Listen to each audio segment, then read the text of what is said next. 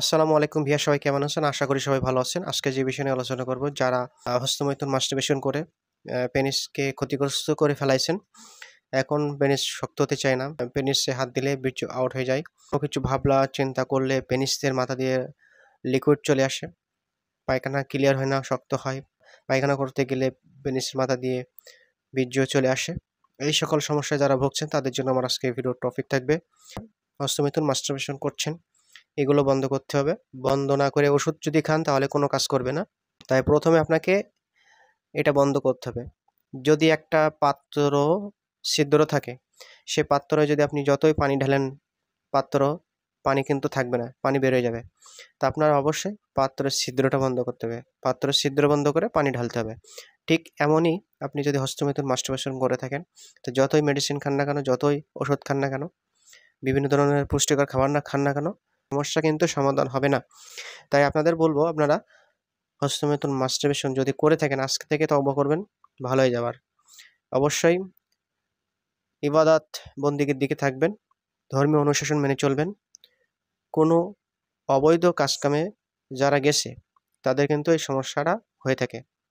হস্তমৈথুন masturbation বন্ধ করে যে ওষুধগুলো আপনারা খেতে পারবেন, যে ওষুধগুলো খেলে আপনারা সুস্থ হতে পারবেন, সেই ওষুধ নিয়ে আলোচনা করব। তা যদি আপনার শরীর দুর্বল থাকে, তাহলে আপনি প্রতিদিন একটা করে মাল্টিভিটামিন, মাল্টিমিনারেল এই ট্যাবলেটটি খাবেন। ফিলেল গোল্ড প্রতিদিন একটা করে কন্টিনিউ ২-৩ মাস খেয়ে যাবেন।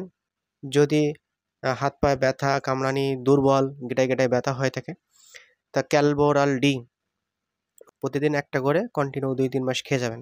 স্নায়বিক দুর্বলতা, মস্তিষ্কের দুর্বলতা, স্মৃতিশক্তি কমে যাওয়া, এই ধরনের সমস্যা হয়ে থাকে, তাহলে জিলোবা ক্যাপসুল ৬০ এমজি বা ১২০ এমজি যেকোনো একটা নিতে পারেন।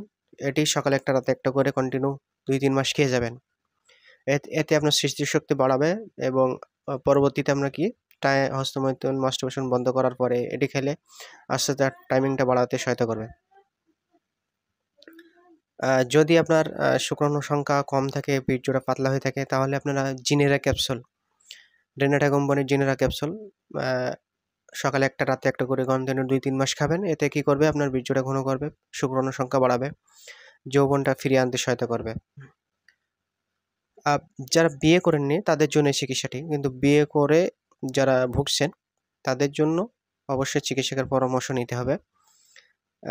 এরপরে আপনার যদি প্রসবের রাস্তা দিয়ে যদি লিকুইড চলে আসে, তাহলে সেলেনিয়াম 30 ধর্মীয় ঔষধ। এটা আপনার যদি চুল পড়ার সমস্যা এবং পায়খানা কঠিন হয়ে থাকে, তাহলে এই ওষুধটা খেতে পারবেন। এটা অবশ্যই জার্মানি নিতে হবে। সেলেনিয়াম 30 সকালে 2 ফোঁটা, রাতে 2 ফোঁটা 40 দিন খাবেন, পানির সাথে মিশাই খাবেন। এবং পেনিস বাঁকা হয়ে যায়, ছোট চিকন হয়ে যায়, সেক্ষেত্রে আপনারা একটা মালিশ ব্যবহার করবেন, ডাইনামন ক্রিম। প্রতিদিন সকালে বা রাতে প্রতিদিন 5 মিনিট করে ম্যাসাজ করবেন। যখনই ক্রিমটি ব্যবহার করবেন 5 মিনিট ম্যাসাজ করবেন। আস্তে আস্তে, বেশি চাপ দেবেন না। 1 থেকে 2 বার করে ম্যাসাজ করবেন। এটি আপনারা কন্টিনিউ 2-3 মাস পর্যন্ত ম্যাসাজ করে যাবেন। একদিনে কিন্তু ভালো হবে না। আপনার যেমন একদিনে যৌন সমস্যা হয়নি, ধীরে ধীরে যৌন ক্ষতিগ্রস্ত হয়ে পড়েছেন, ঠিক তেমনি আপনাকে সুস্থ হতেও ধীরে ধীরে আপনাকে সুস্থ হতে হবে। তা বন্ধুরা, ভালো থাকেন, সুস্থ থাকেন। আল্লাহ হাফেজ। আসসালামু আলাইকুম।